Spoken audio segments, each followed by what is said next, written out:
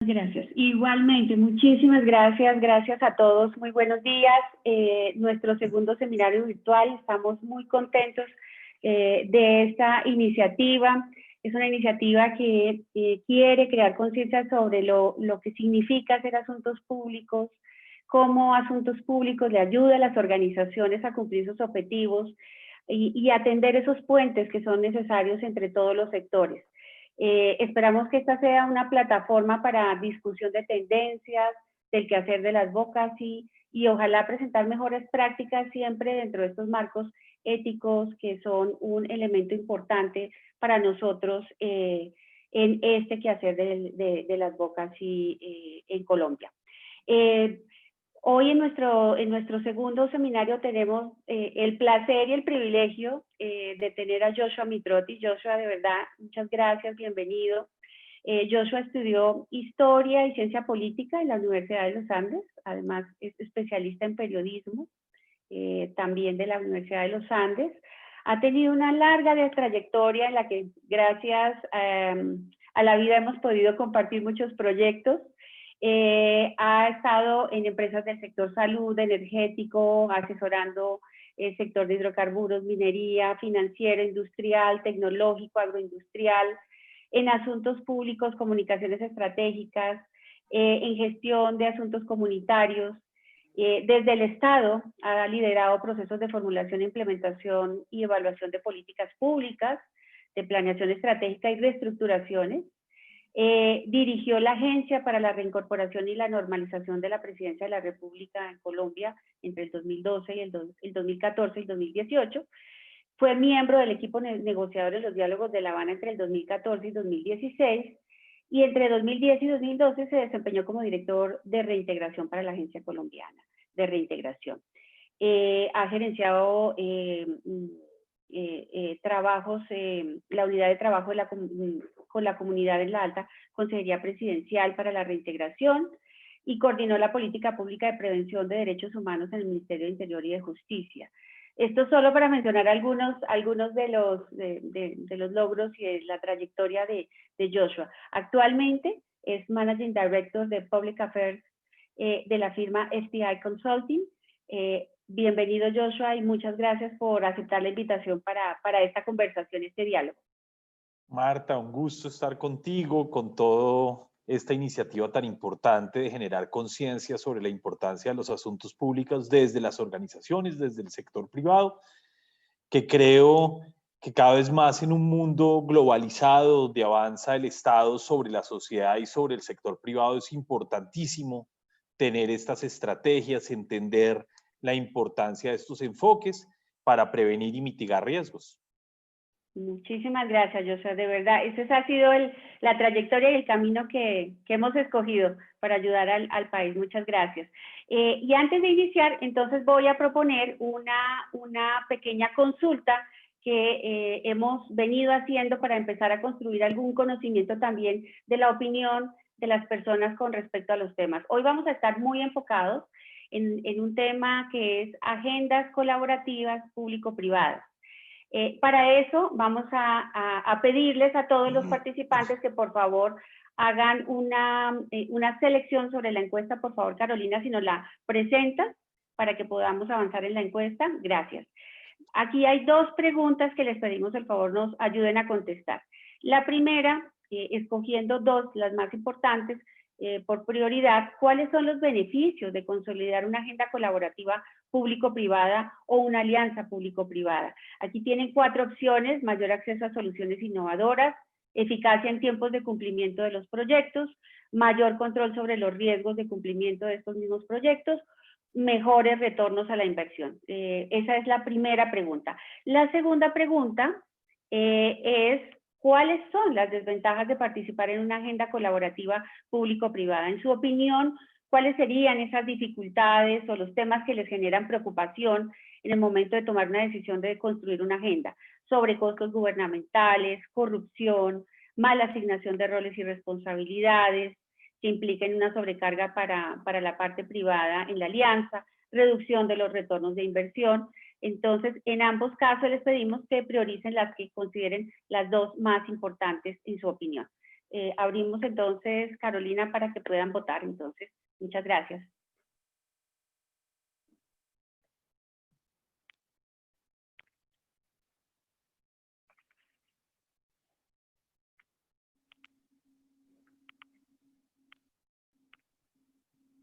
Nos dirás, Carolina, ¿cuánto tiempo damos? Pues vamos con 1:30. Ok. Vamos a dejar 10 segunditos más y terminamos la votación. Perfecto. Muchas gracias.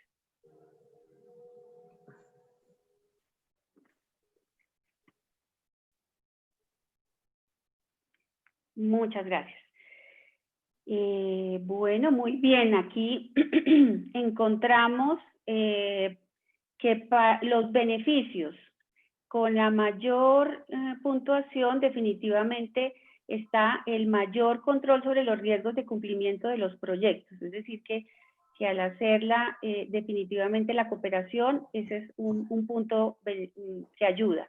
Y el segundo punto, mayor acceso a soluciones innovadoras. Esto me parece que es algo muy positivo que se ve la perspectiva de que definitivamente construyendo en conjunto se pueden generar ideas innovadoras. En cuanto a las desventajas de la cooperación, pues lamentablemente sí, el tema de corrupción siempre es una preocupación. Yo creo que ese es un punto del que se habla todos los días, lamentablemente todavía estamos hablando de estos temas y por tanto todo lo que hacemos en transparencia es muy importante. Y el segundo, en importancia, los sobrecostos gubernamentales. Son las dos preocupaciones que plantean las personas participantes sobre un posible impacto en la alianza. Muchas gracias, Carolina. Entonces vamos a cerrar la encuesta en este momento. Bueno, Joshua, nos dejan ya unas propuestas de temas importantes. Por un lado, claramente, cada vez se construye más entre los diferentes sectores. Hoy vamos a hablar de dos temas importantes, dos tendencias que se están trabajando a nivel global de alianzas público-privadas y de cómo construir y para qué construir alianzas colaborativas.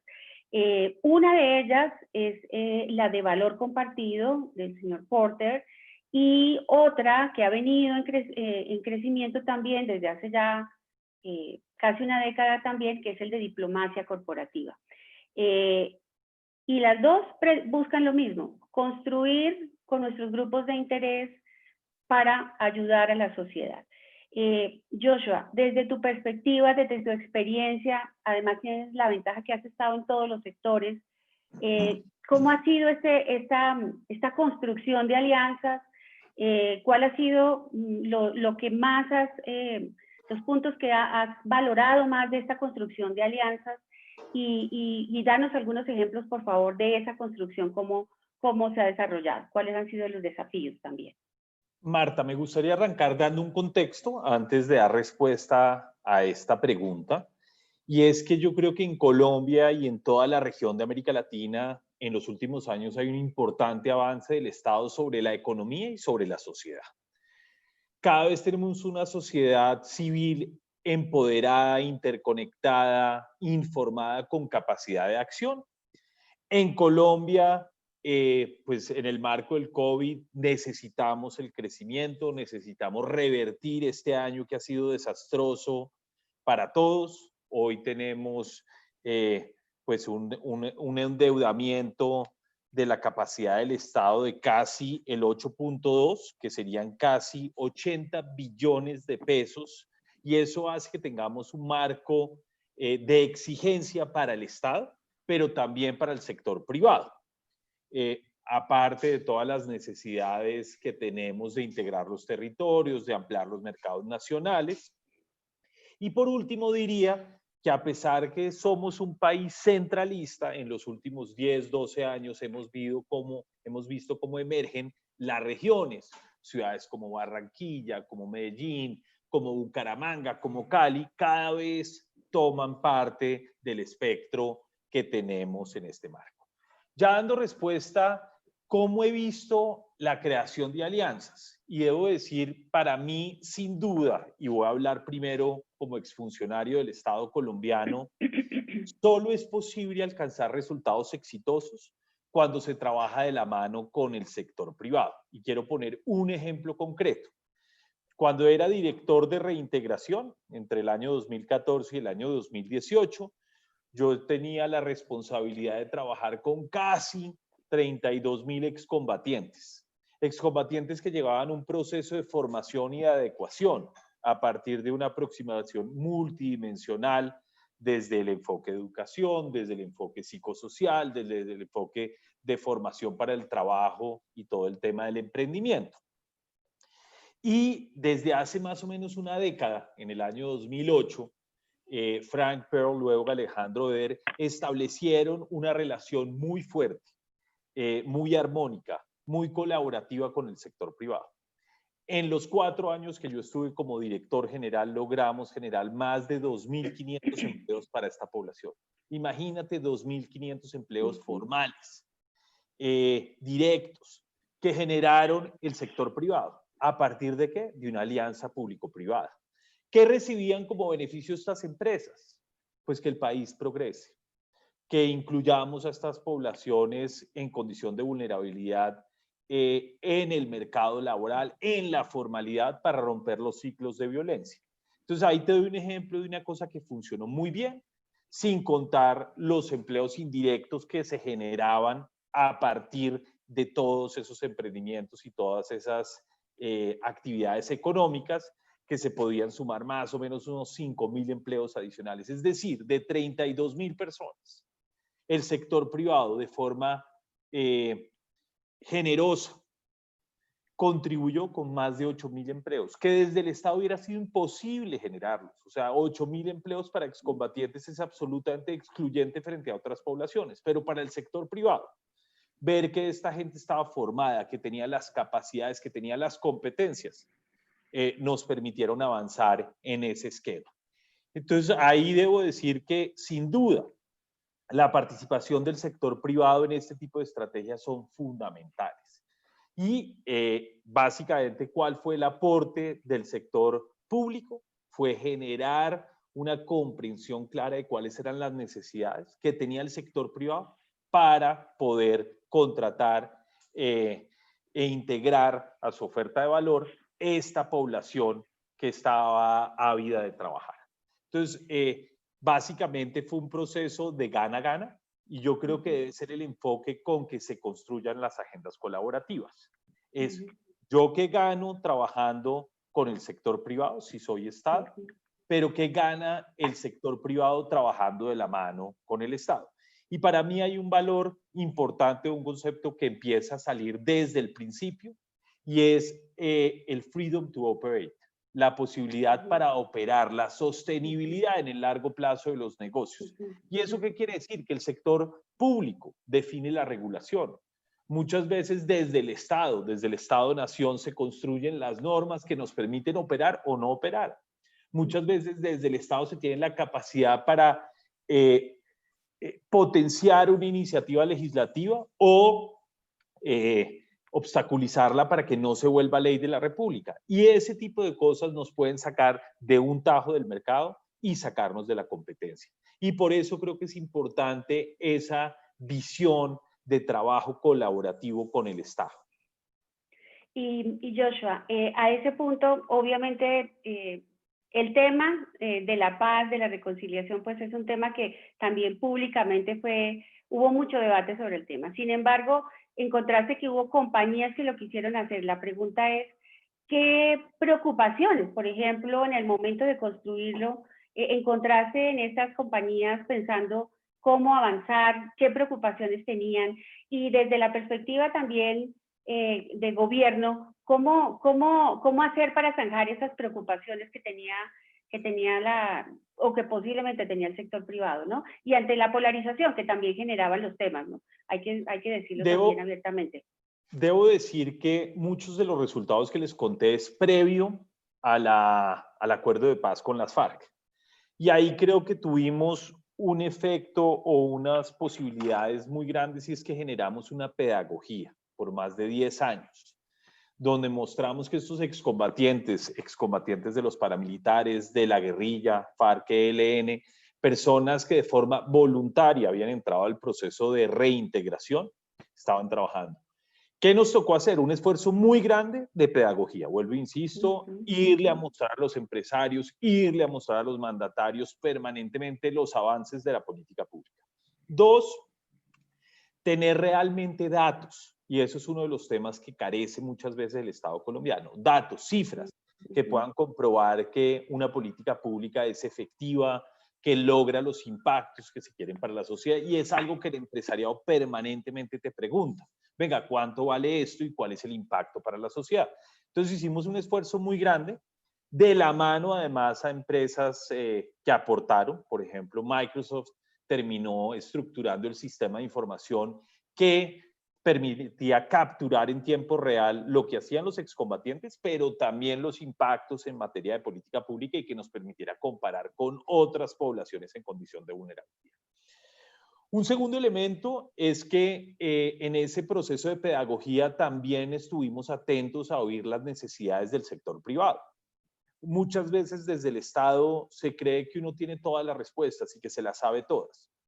¿Y qué aprendimos? Que no, que el sector privado tenía unas necesidades que nosotros, si queríamos darle oportunidades a los excombatientes, debíamos oírlas y debíamos cumplir con esas expectativas del sector privado para que nos dieran la oportunidad de emplear a un excombatiente. Entonces, en ese proceso fue un proceso de aprendizaje, de adecuación de la política pública, donde logramos además con distintos actores como el SENA, mejorar las ofertas, volverlas más pertinentes para las necesidades del sector privado. Entonces fue un aprendizaje de doble vía.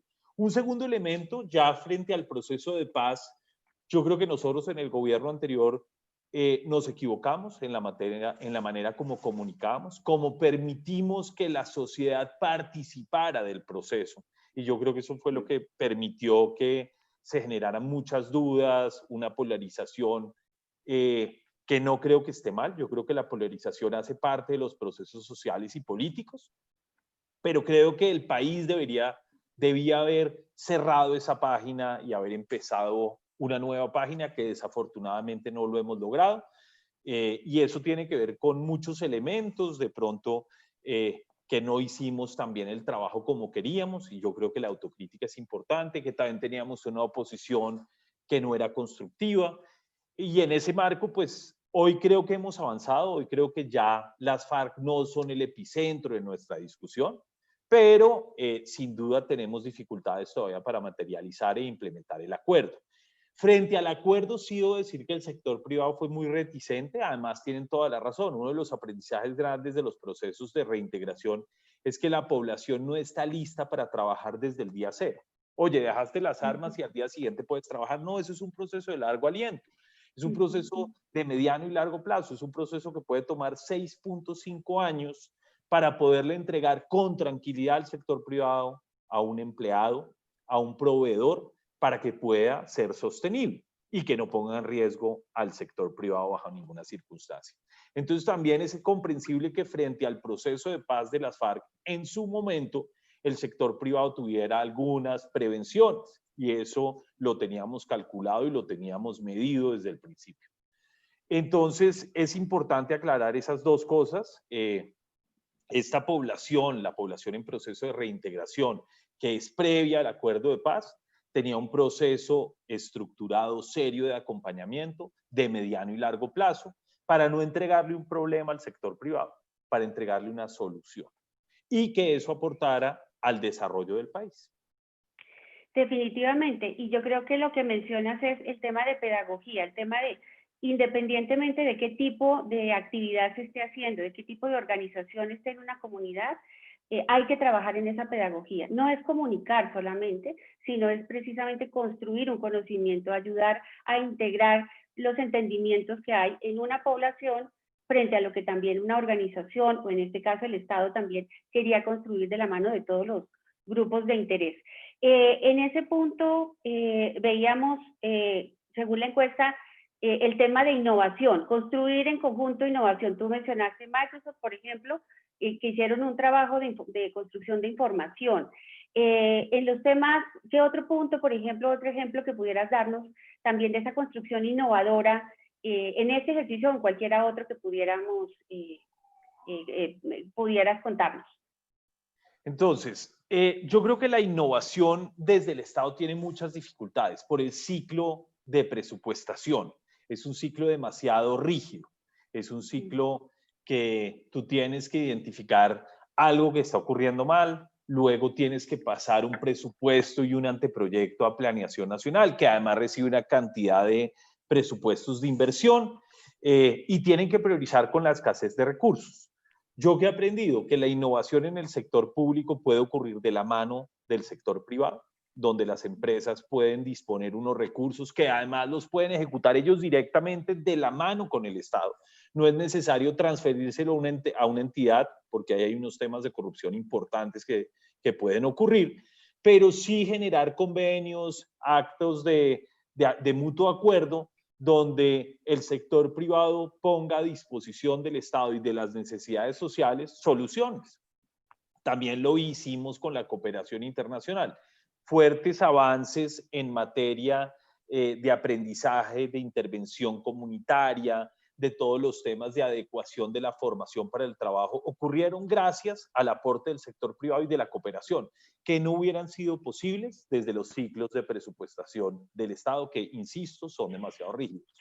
Pero ahí hay que tener todos los cuidados para que esas platas que se van a invertir en proyectos con el Estado, pues se logren realmente ejecutar de forma correcta y que sirvan para dar insumos para mejorar las políticas públicas.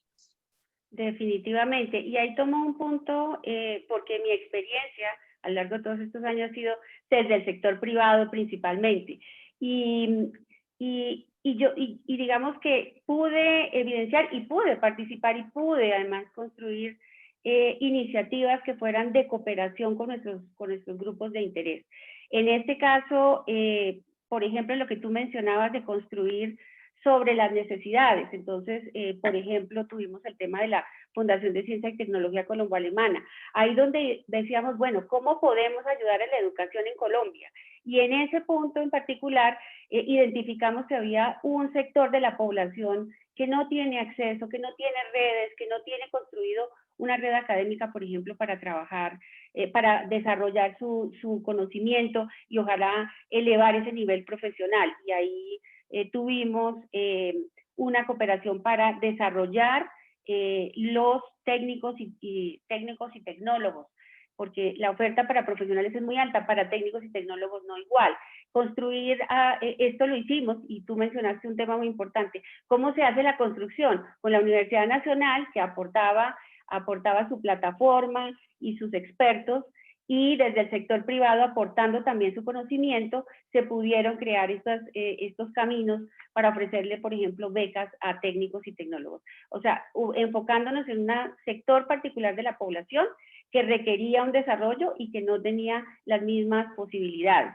O otro que está muy ligado con lo que estabas mencionando, Joshua, el tema de Vamos Colombia con la ANDI, donde se reúne todo el sector privado para ayudar a desarrollar capacidades en ciertos municipios alejados de antiguo conflicto donde se unen. ¿Cuáles eran los puntos críticos? Y ese es el punto que hay que entender y cómo ha venido evolucionando esto para el sector privado. Hacia inicios del año 2000 estábamos hablando de reputación corporativa y esa era la gran preocupación, luego de responsabilidad social y se dijo, bueno, hay que construir algo para dar algo también a las poblaciones, especialmente como imagen, pero cada vez más se construye es que lo que yo pueda hacer para las poblaciones definitivamente también tenga una link, una enlace directo con lo que hacen las organizaciones, para que no se vuelva, y ahí me gustaría conversar contigo este tema, no se vuelva solamente responsabilidad social y un cumplimiento para ayudar en algo a las poblaciones, sino que se vuelva realmente una cooperación que ayude a transformar esos entornos. ¿Cómo lo has visto tú y cómo lo percibiste en este proceso también? Bueno, mira, yo no creo en la responsabilidad social, porque me parece que la responsabilidad social termina siendo poco sostenible.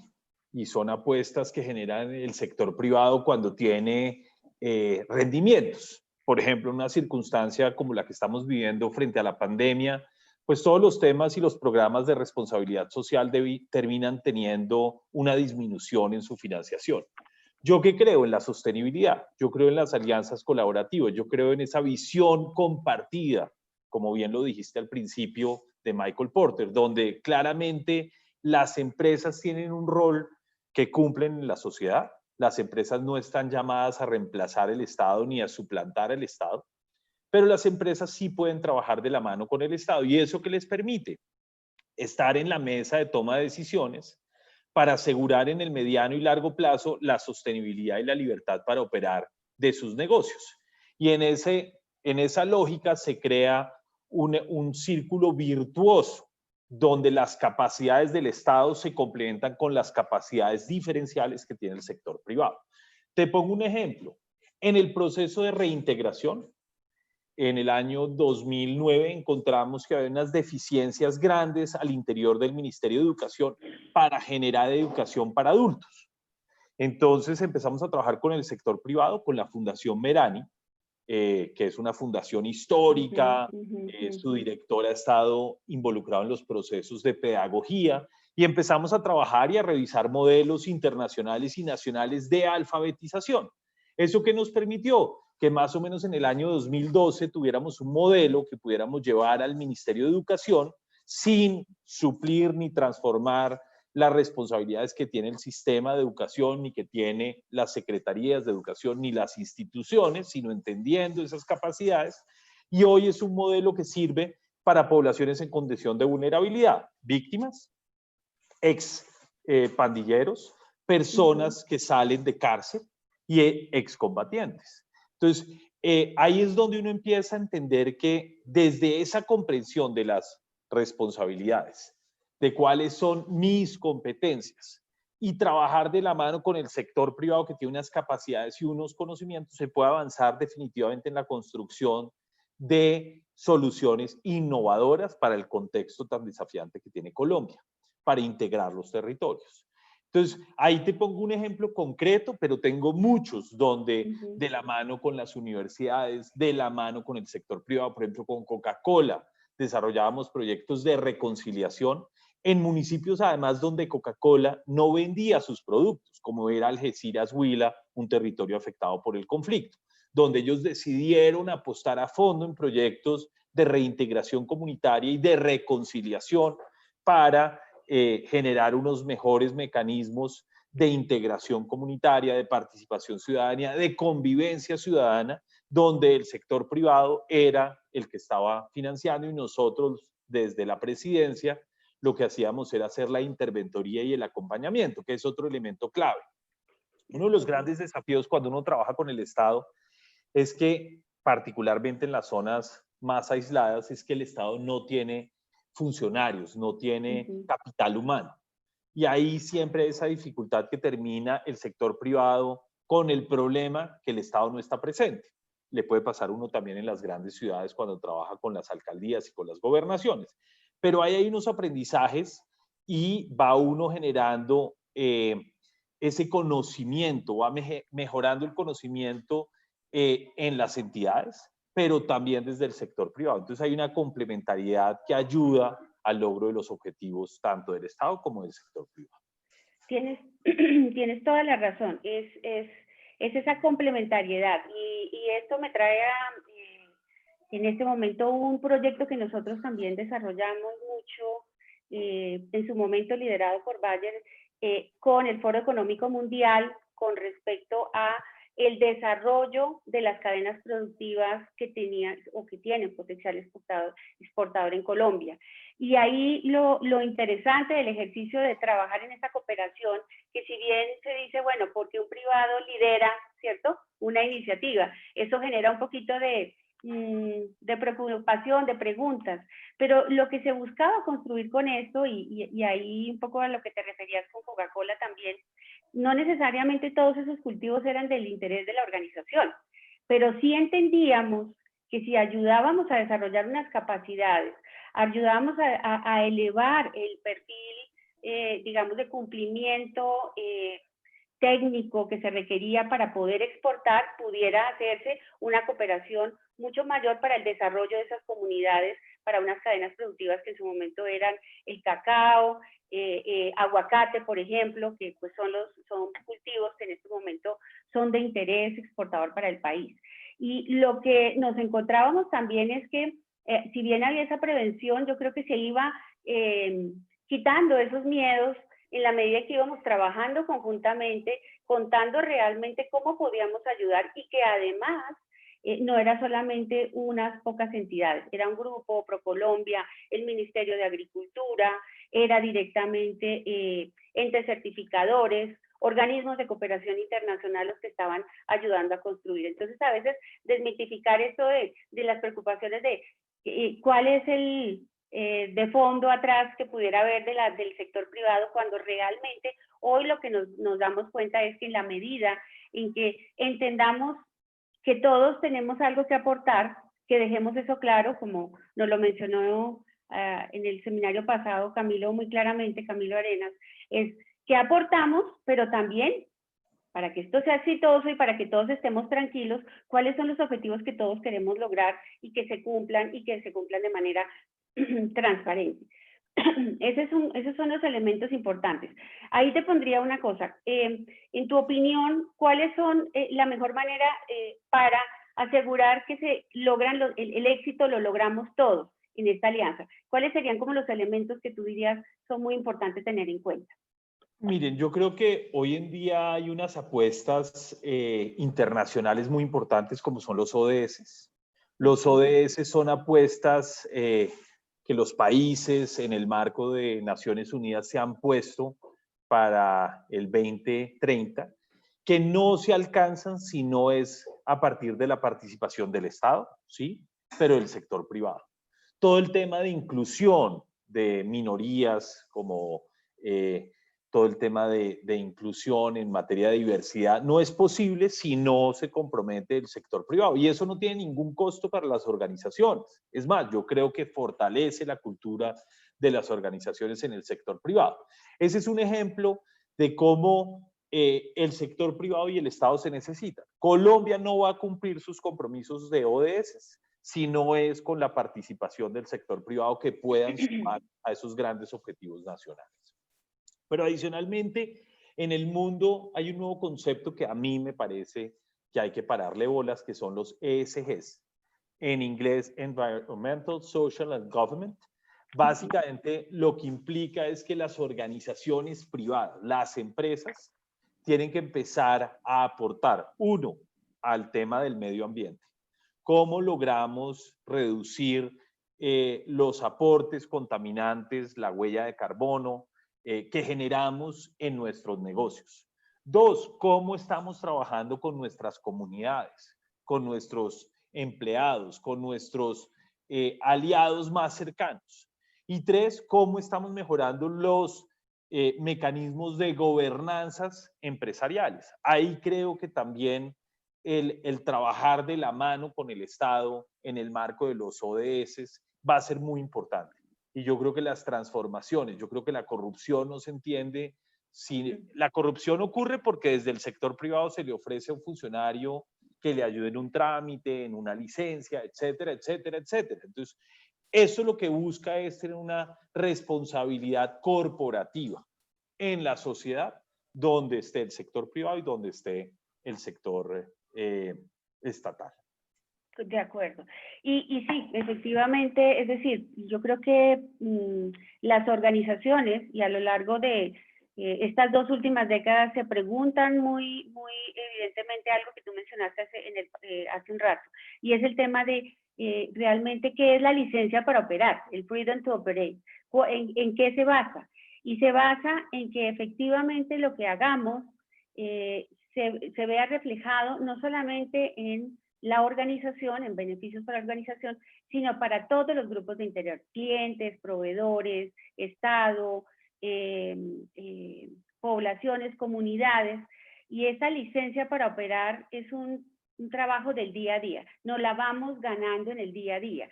Es muy bonito el concepto de que es una construcción social. Y entonces yo la tengo hoy, pero la podría perder. Así que hacer las cosas de manera sostenible definitivamente es lo que asegura esa imagen, esa percepción, esa reputación de la organización, pero también el desarrollo de las poblaciones. Y efectivamente, el tema de corrupción y esto afectan gravemente la sostenibilidad también de las poblaciones, pero también, digamos, de las organizaciones. Aquí ya nos están llegando preguntas, Joshua, entonces voy a transmitir algunas y las vamos Si a me contestar. permites, Marta, Claro, yo creo que el Freedom sí. to Operate es generar valor para la sociedad, todo un tema de comportamientos responsables y sostenibles. Es manejar la interacción de ese espacio donde se junta el sector privado, la empresa y la comunidad. Y sin duda es entender que hay que alinearse con las prioridades políticas, tanto en lo nacional como en lo local.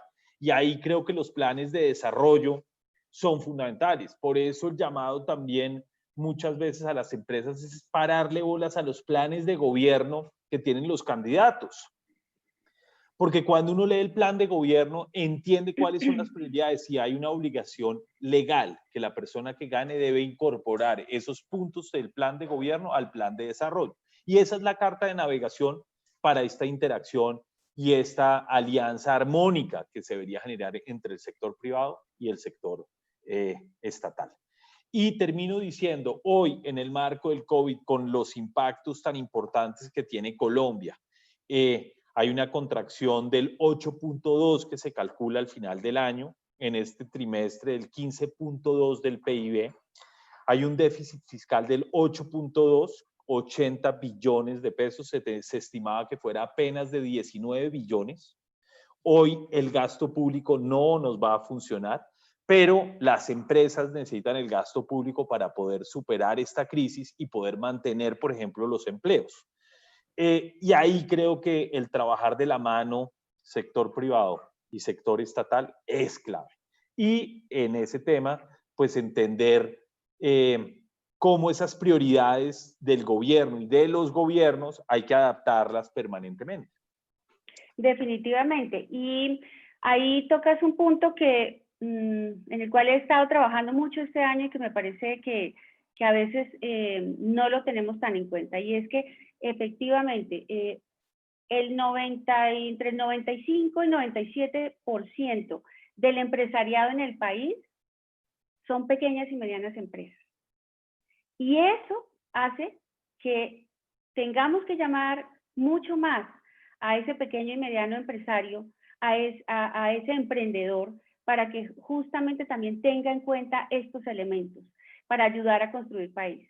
Definitivamente las grandes compañías, que hemos mencionado varios nombres el día de hoy, ayudan definitivamente, pero si logramos que pequeños y medianos empresarios, desde su actividad, que puede parecer que hace un pequeño aporte, pensemos que en la suma pueden hacer unas grandes transformaciones. Creo que cada vez más hay que acercarlos para que efectivamente piensen en los temas de diversidad e inclusión, piensen en los temas de transparencia, piensen y construyan sobre eso, porque realmente esa masa podría mucho más hacer más transformaciones, y no importa qué tan pequeño sea, las decisiones con respecto a cómo lograr la licencia para operar es una responsabilidad también del pequeño empresario, y también en la construcción de ese agregado de pequeños y medianos en el país, porque el impacto es muy grande y es ahí donde se puede generar una importante transformación, definitivamente. Entonces, ¿te parece, Joshua, si entramos entonces y miramos algunas de las preguntas? Dale, claro. Perfecto, bueno, aquí hay una pregunta de Luis Sierra. Hoy se conocen proyectos que realmente apoyan en un futuro a tener datos como los que se necesitan para las políticas públicas. Joshua, ¿cómo ves Perdóname, perdí el audio un momentico y no la oí. Perfecto. Hoy se conocen proyectos que realmente apoyen en un futuro a tener datos como los que se necesitan para las políticas públicas. Lo pregunta Luis Sierra, es si digamos, se está construyendo una base de información. Mire, yo creo que uno de los grandes desafíos que tiene el gobierno y los gobiernos es la información. Y yo creo que desde el sector privado es un aprendizaje que tenemos. Nosotros permanentemente analizamos data, analizamos información para tomar decisiones. Cuando no hay información, las decisiones que se toman pueden ser realmente estar atendiendo un efecto de algo, pero no realmente la causa originadora. Entonces, probablemente no estamos apuntando donde es. Desde mi experiencia, creo que las entidades que son más exitosas, las entidades que han ido hacia adelante, han aportado al país, son entidades que hoy están construyendo datos, pero todavía hay una brecha importante en algunas entidades públicas. Definitivamente, sí. Y creo que esos datos también hacen que también cuando se tomen decisiones del sector privado generan preocupación, ¿no? Porque no se sabe exactamente cuál es el alcance a veces de lo que se puede hacer, ¿no? Aquí Jaime Moore nos pregunta, ¿qué porcentaje de quienes se han incorporado al programa de reinserción siguen hoy en día en la fuerza laboral o como empresarios? ¿Y qué lecciones aprendidas nos puede comentar para mejorar este porcentaje de los que permanecen en el programa de reinserción?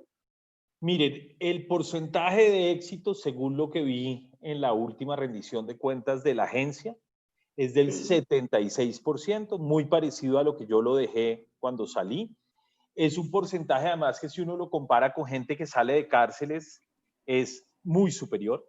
Más o menos de 10 personas que salen de cárcel, 9 vuelven a delinquir al cabo de 2, 3 años y eso pues tiene varias explicaciones. Son personas que están marcadas de por vida por sus delitos. Entonces, si ellos se presentan ante una empresa, pues probablemente nadie les da la oportunidad porque yo no voy a contratar como conductor o como asesor mío a alguien que estuvo vinculado con temas de extorsión o con una muerte, etcétera, etcétera.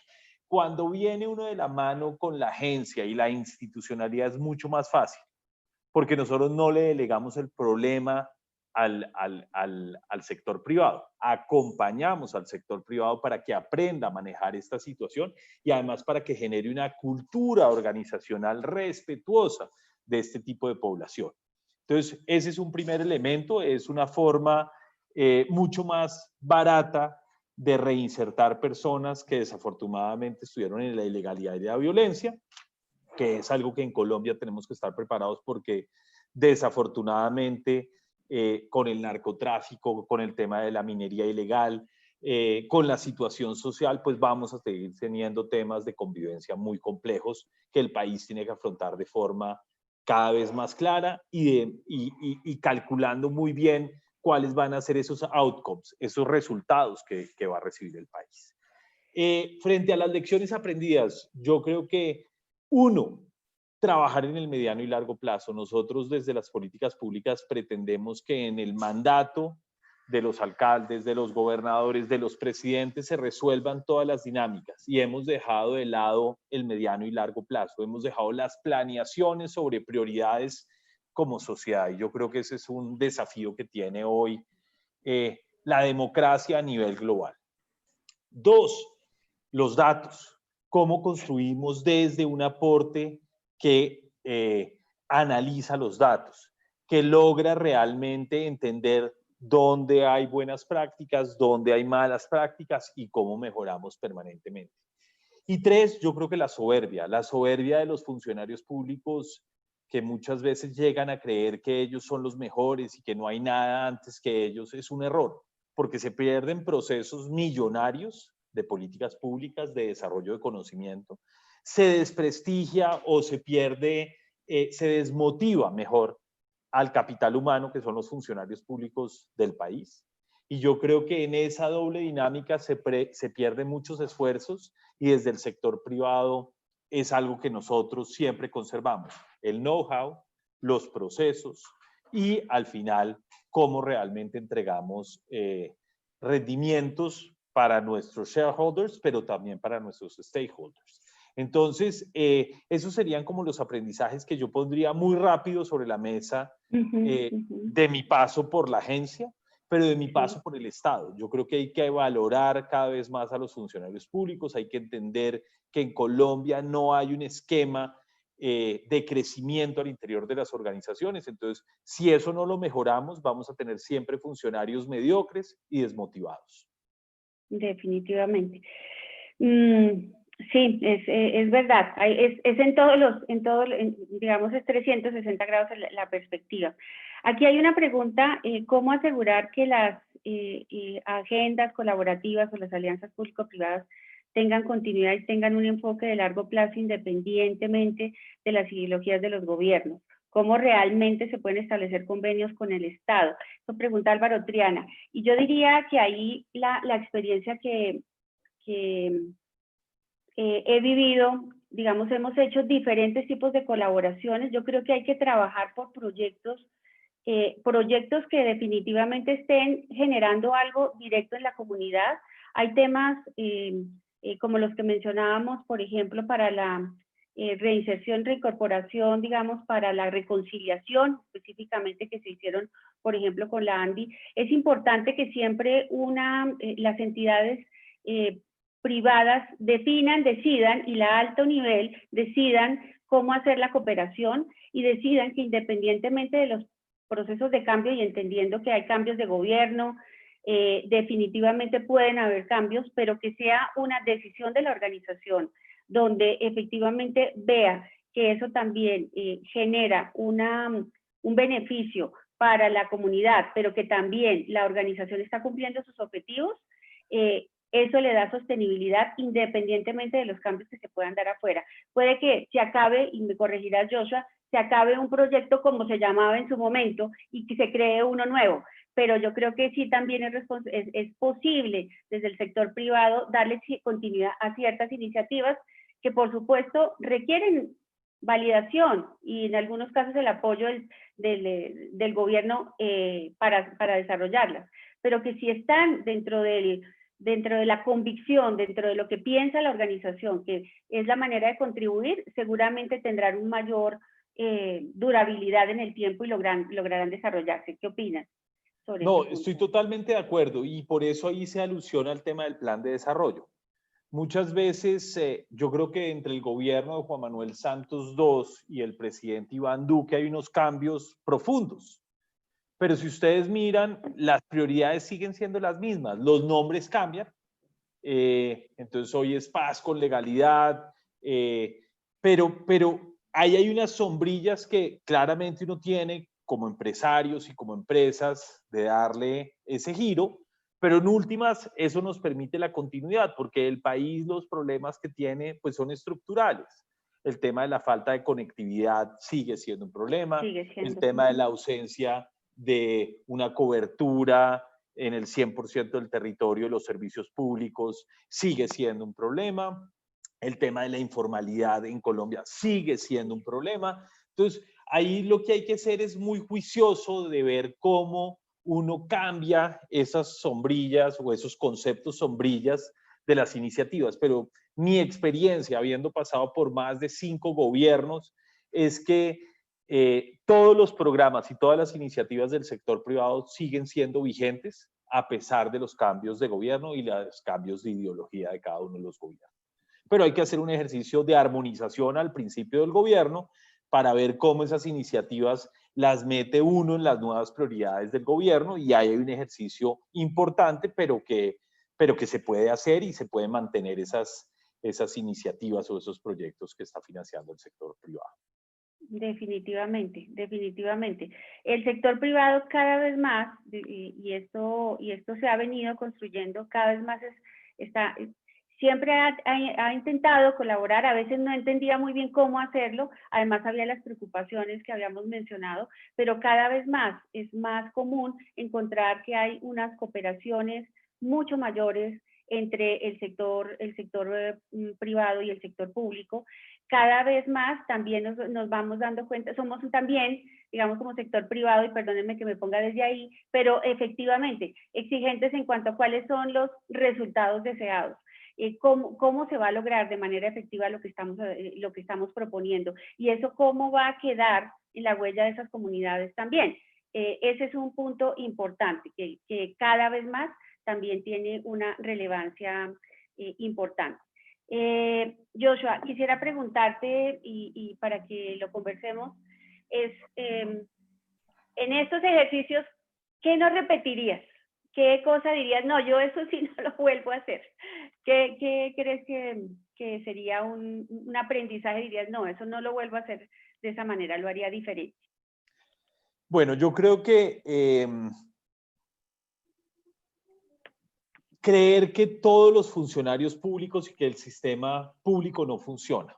Yo me llevo unas sorpresas enormes trabajando de la mano con gobiernos en el territorio, a nivel departamental y a nivel nacional, unas sorpresas muy agradables, favorables, de entender que ellos trabajan con la adversidad, con pocos recursos, con pocas ayudas, y eso pues hace que tengamos que tener ese cuidado. Entonces, un primer elemento es que quitémonos eso de la cabeza que en el sector público todos son corruptos y todos son mediocres. Y ahí yo creo que hay que fortalecer los proyectos de carrera y de crecimiento de carrera para que estos funcionarios tengan ganas de seguirle aportando al país. Ese es un primer elemento. Errores, no, muchos errores. Yo creo que se han cometido muchos errores a lo largo de estos 20 años de experiencia profesional. Un error muy común que se comete en estas estrategias de incidencia es que las empresas quieren ir a hablar con los ministros, con los jefes de las carteras. Y muchas veces esa relación se tiene que construir desde mandos medios y mandos técnicos, que en últimas son los que pueden resolver o agudizar una situación. Ese es otro aprendizaje, es cuando yo voy a ir a hablar con un funcionario, tratar de siempre medir cuál es mi oportunidad. ¿Qué voy a lograr con esa persona? Y si voy, tengo que ir con la claridad de qué logro con ese relacionamiento. 3 es ir siempre preparado. Yo creo que una de las cosas que hay veces comete es no prepararse lo suficientemente bien, y eso hace que uno pierda esa oportunidad cuando se encuentra con un funcionario, sea de bajo, de medio o de alto nivel. Hay que estar preparado. ¿Qué necesito yo como empresa lograr a partir de esta conversación? ¿Qué quiero que nos pongamos de acuerdo de forma conjunta ambos actores? Y por último, es también tener apuestas de largo plazo, porque si ustedes hay veces quieren sacar un cargamento de un químico, de una aduana, pues ahí la verdad, una agenda colaborativa no nos va a ayudar, porque muy probablemente la persona con que estamos trabajando no va a estar en la aduana, ni va a poder llamar a la aduana a pedir. Ahí hay unos temas de trámites, ojalá el país pudiera avanzar en que los trámites sean más sencillos, que sean más simples, y eso seguramente va a implicar mayor eficiencia y menos corrupción, pero yo creo que las agendas colaborativas tienen que tener un enfoque estratégico, y es cómo me relaciono en el largo plazo con los decisores de política pública. Y cuando hablo de los decisores, insisto, no estoy hablando solamente del alto nivel, sino estoy hablando también de los niveles técnicos, que muchas veces en las entidades del Estado tienen las capacidades para decidir, y un ministro, un director no se entera, porque son temas que no están en su competencia. Claro, definitivamente. Ahí tocas 2 o 3 puntos que son, desde mi experiencia también, un aprendizaje. Sin lugar a dudas, hay que estar muy bien preparados para asistir a las reuniones. Yo, al contrario un poco de lo que tú piensas, yo sí creo firmemente en que hay que construir relaciones y que un primer contacto de alto nivel puede ser un habilitador de construcciones en el futuro. También creo, y en eso coincido contigo, las empresas hacemos siempre muy bien todo el nivel técnico. Definitivamente el relacionamiento a nivel técnico lo tenemos en general, primero es de respeto, pero también de mucha conversación. Y yo creo que escalar las posiciones es importante para que desde la cabeza misma se lidere de la organización, desde el presidente mismo de la organización, el gerente de la organización, el dueño de la organización, lleven su mensaje y entiendan también desde la perspectiva en estas conversaciones que también tiene el gobierno y el Estado en general. Entonces, a mí me parece que la construcción debe hacerse en ambas vías. El técnico definitivamente es el que más se ha desarrollado, pero creo que hay que siempre y trabajar más, y por eso el tema de diplomacia corporativa, que un poco lo toma de lo que es la diplomacia en los gobiernos, y es decir, debemos llevar a todos los niveles y que además se lidere desde el primer nivel de la organización las conversaciones. En mi caso, ¿qué no repetiría? Yo creo que en el aprendizaje de hacer alianzas público-privadas, y tuve varios ejemplos de eso, es que a veces no quedaban claras cuáles eran las condiciones para cerrar o para decir hasta aquí llegamos, ¿no? Y a veces en cualquier cosa, hasta en la vida personal es difícil hacer eso, ¿no? Decir, perdón, pero hasta aquí llegamos. Entonces, es bastante complicado, pero yo creo que lo que aprendí es que, y algo que nos dijeron hace poco acá, un profesor de los Andes dijo, usted debe saber cómo llega, pero tiene que tener más claro cómo se va a ir. Sí, ¿cómo vas a salir de eso? Entonces yo creo que a veces a nosotros nos falta un poco más esa perspectiva y digamos yo creo que este fue un aprendizaje, tener muy claro cuáles serán las condiciones de retiro si es que hay que hacerlas, porque pasan cosas, ¿no? Pasan decisiones económicas, pasan compras, fusiones, mil cosas pasan en este mundo empresarial y puede afectarse una decisión que se había tomado en el pasado. Entonces creo que ese es mi aprendizaje. Y Joshua, en lo que sí volverías a repetir, que dirías, no, sí, esto sí, yo lo vuelvo a hacer, no hay problema, inclusive con lo que pasa. Bueno, yo insisto cuando te digo que no solo es ir a ver al ministro, porque muchas veces se cree que la relación solo se construye en el alto nivel. No estoy diciendo que el alto nivel no sea importante. Estoy diciendo es que hay que hacerle una matriz para entender realmente dónde hay que ir frente a un problema específico. Pero el relacionamiento y esa construcción de confianza tiene que ser en todos los niveles. Entonces estoy completamente de acuerdo. ¿Qué sí volvería a repetir? Uno, arriesgarme a trabajar de la mano del sector privado y el Estado. Yo creo que hoy el país, en estas circunstancias tan desafiantes que tiene, la solución está en trabajar conjuntamente. Creo que el sector privado trae mucha innovación, trae mucho conocimiento, el sector público trae mucha capacidad de estar en el territorio, y ahí creo que ese binomio y esa alianza es necesaria. ¿Qué volvería a hacer? Volvería a arriesgarme a trabajar por el país. Yo creo que el país hoy requiere recuperar la confianza en las instituciones. Yo creo que las instituciones y la democracia es el mejor sistema que se ha inventado hasta ahora. Es imperfecto, pero ahí implica que todos tenemos que participar y todos tenemos que contribuir para que estas instituciones realmente operen y funcionen para todos los colombianos. Y desde el sector privado, ¿qué volvería a hacer? Tener este propósito de contribuir, de transformar. Yo creo que cuando las empresas genuinamente creen en transformar, los procesos son mucho más sencillos y encuentra uno los aliados en los territorios, en las comunidades, en los medios de comunicación, en los temas reputacionales, logra uno unos avances importantísimos cuando el sector privado cree que puede contribuir al desarrollo del país y a la inclusión de poblaciones. Definitivamente. Sí, creo que coincidimos. Sí, hay que seguir trabajando en esas alianzas y en estas cooperaciones. Yo diría que además, y es algo que valoro mucho, es las cooperaciones entre el mismo sector privado, que se hacen a través de los gremios.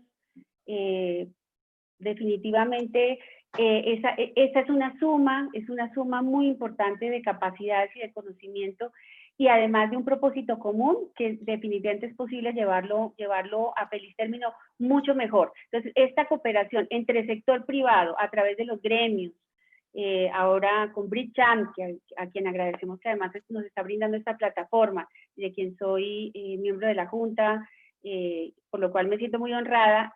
Estamos tratando de construir justamente capacidades para generar transformaciones en ciertos temas. Diversidad e inclusión, por ejemplo, en los temas de emprendimiento, en los temas de sostenibilidad, en los temas de comercio e inversión, que además son temas que parece que fueran la cotidianidad, pero no, entre más unamos capacidades, definitivamente podemos lograr mejores resultados. Y también, yo creo que eso lo repetiría, por ejemplo, lo que hicimos con las cadenas productivas fue una cosa demorada, complicada, el país desagregado en muchos casos, no hay la suficiente cooperación que deberíamos tener a veces nosotros mismos, aunque manejemos los mismos temas, pero independientemente de eso hay que seguir construyendo porque esa es la forma de ayudar a desarrollar al país, desarrollar capacidades internas como organizaciones. Entonces hay que seguir trabajando en eso. Entonces creo que el balance es muy bueno, Joshua, al final de todo esto. ¿Quisieras ya un minuto final, digamos, como para un comentario adicional de cierre que quisieras hacer, por favor? Aquí nos están preguntando cómo medir la productividad y la efectividad de las APPs. Depende. Sí.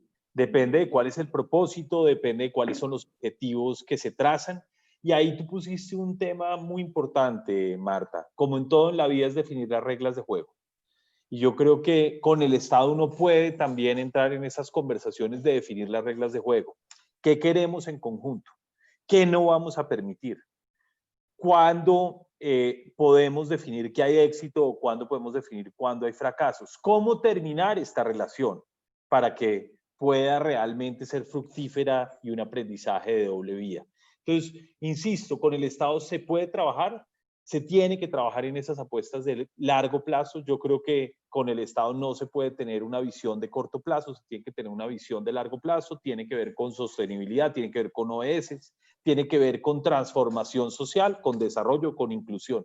En ese marco, todo es posible y yo creo que desde ese binomio, esa articulación entre estos dos sectores, se puede transformar profundamente a la sociedad colombiana.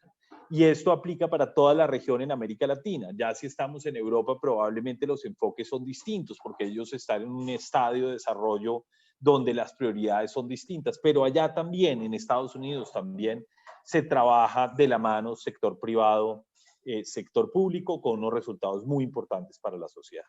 Agradecerte a ti y a todo tu equipo por este espacio.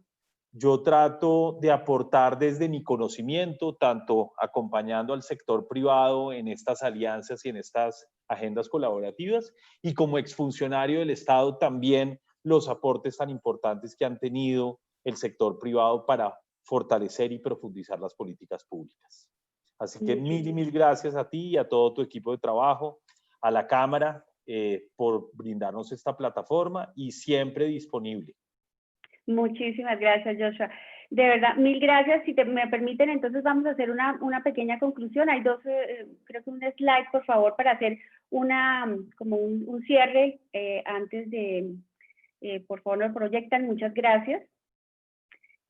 Aquí algunos de los puntos que hemos conversado el día de hoy.